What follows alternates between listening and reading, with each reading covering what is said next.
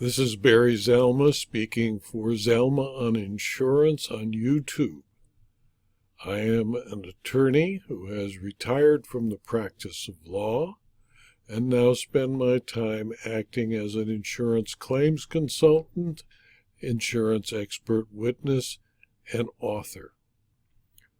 Over the more than 52 years that I've been in the insurance industry, I have written several true crime and true stories from my experience and collected those stories in a book called Heads I Win, Tails You Lose, which consists of more than 80 fictionalized true crime stories and stories about insurance fraud.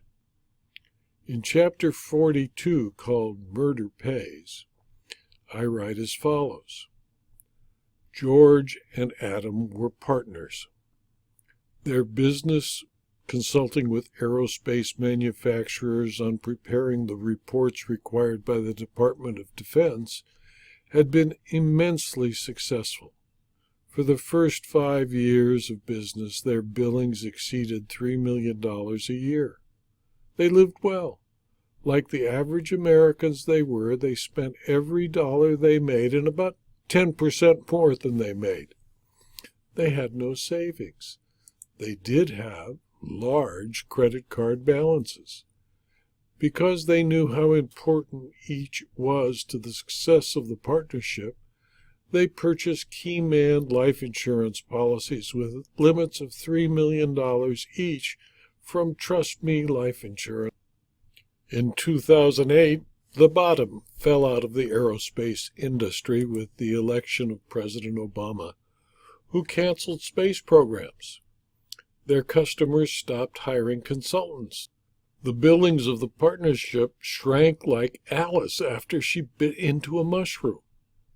Adam and George could not make their mortgage or credit card payments. Their business was failing. They were facing both business and personal bankruptcy. Adam, the adventurous partner, had an idea. Adam said, the only way we can get out of this financial mess is our life insurance policies. Well, I don't want to die to collect, George said. Well, neither do I, Adam replied, but I still want to collect. Do you propose to murder me? George asked. No, George. I propose that we find a homeless person who physically resembles one of us and kill him. We can plan in identification on the corpse and then share in the $6 million double indemnity payment. My, replied George, that's a brilliant, although evil and criminal plan. I see no way out of it. It's either the death of a useless human being or total financial catastrophe for us. Adam, they still have a death penalty in this state.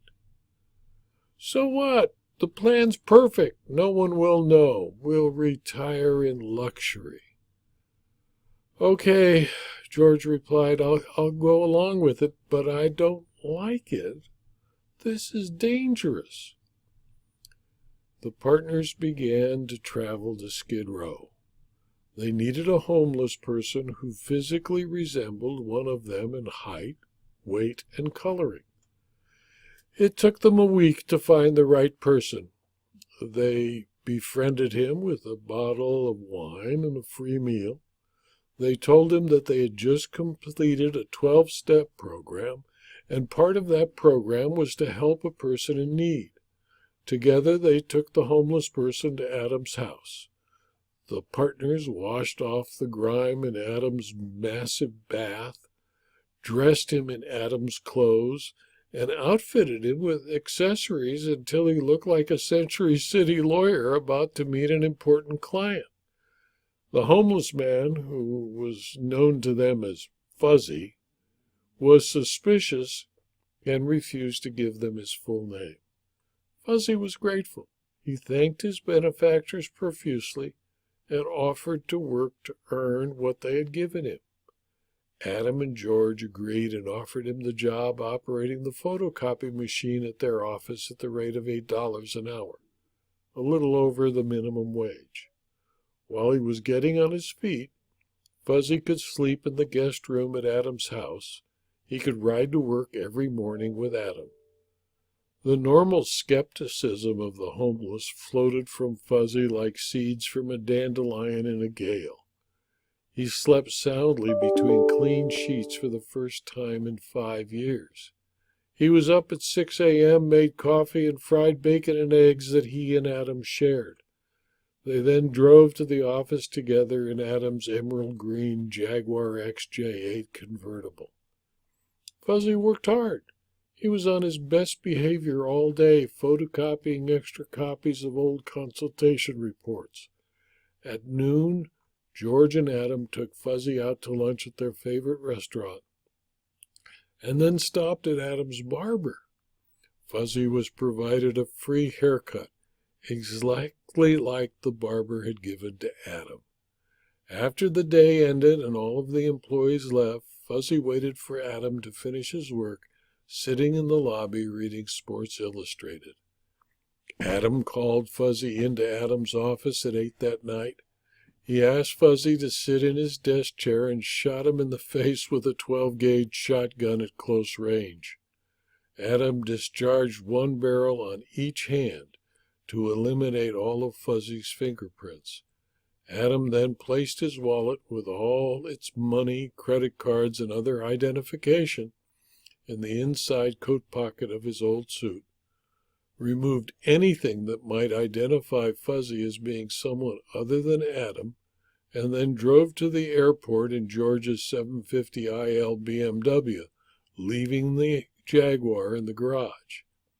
At the airport, Adam, using cash, purchased a ticket in the name of Adam Smith to New Orleans, Louisiana.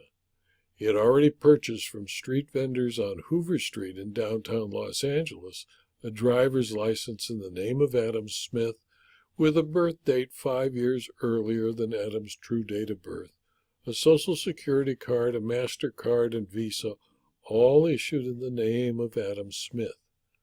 George spent that evening with a client eating dinner and then attending a performance of Wicked at the Pantages Theater. After leaving his client at midnight, George went to the airport and picked up his car at long-term parking. His alibi was perfect. On arrival in Louisiana, Adam spent 2 days at the Sheraton and then rented an apartment. He obtained a Louisiana driver's license and found a job as an engineer in an electronics factory outside New Orleans. He started a scrapbook with articles from the Los Angeles Times that he obtained from the local library, dealing with his untimely and vicious murder. George, the distraught and devastated partner, filed a claim with the insurer.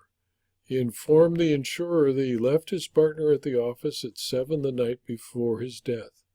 Adam was working on finishing a report for one of their clients. His secretary, who usually arrived at 8 in the morning, 1 hour before George found the body when she opened the office. She telephoned George first and then the police. When George arrived, he was able, from the suit of clothes, to identify the body as that of his partner Adam. There simply wasn't enough of the face to identify.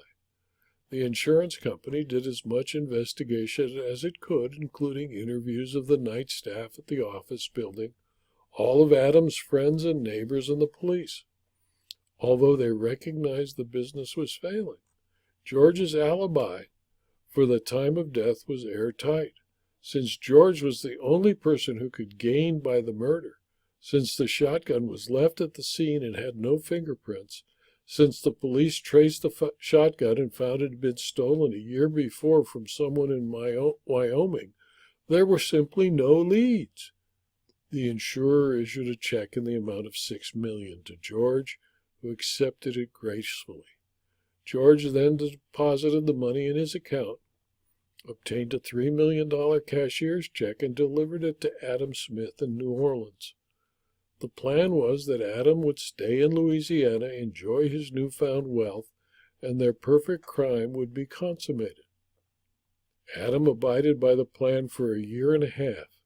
He assumed nothing could go wrong and decided to come back to Los Angeles to renew an acquaintance with a young lady with whom he had been previously in lust.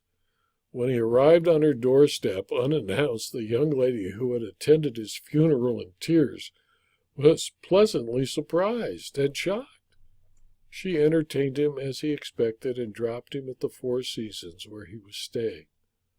Although she considered Adam to be a prodigious lover, the young lady was more interested in cash than love. From the hotel, she drove directly to the West Los Angeles station of the LAPD and introduced herself to a detective. She knew that a life insurance claim had been made and wanted the police to know that the person whose murder they were investigating was presently sound asleep in his hotel room at the Four Seasons Hotel in Beverly Hills. She explained to them how Adam, after 20 minutes of horizontal rumba, explained to her how he had defrauded an insurance company out of $6 million. She explained to the police that she would never be a party to such a crime, and wanted it noted in their report that she was the source of the information and the person to whom any rewards posted by the insurance company should be paid. Adam and George were arrested and tried for the murder of Fuzzy, as well as several counts of insurance fraud. The testimony of the young lady, the presence of Adam, and the Los Angeles airport recording of George's license plate on entry and exit from the airport parking lot made their defense impossible. They were convicted. Adam and George are now spending the remainder of their lives in a California state penitentiary. The insurance company recovered $4 million of the $6 million. George and Adam had lived well for that year and a half, and paid the lustful young woman a $400,000 reward. She apparently lived happily ever after. This story is one of many in my book, Heads I Win, Tails You Lose, which is available as both a Kindle book or a paperback from Amazon.com, and can also be found in the insurance claims library on my website, www.zalma.com, by linking or clicking on the link to the insurance claims library.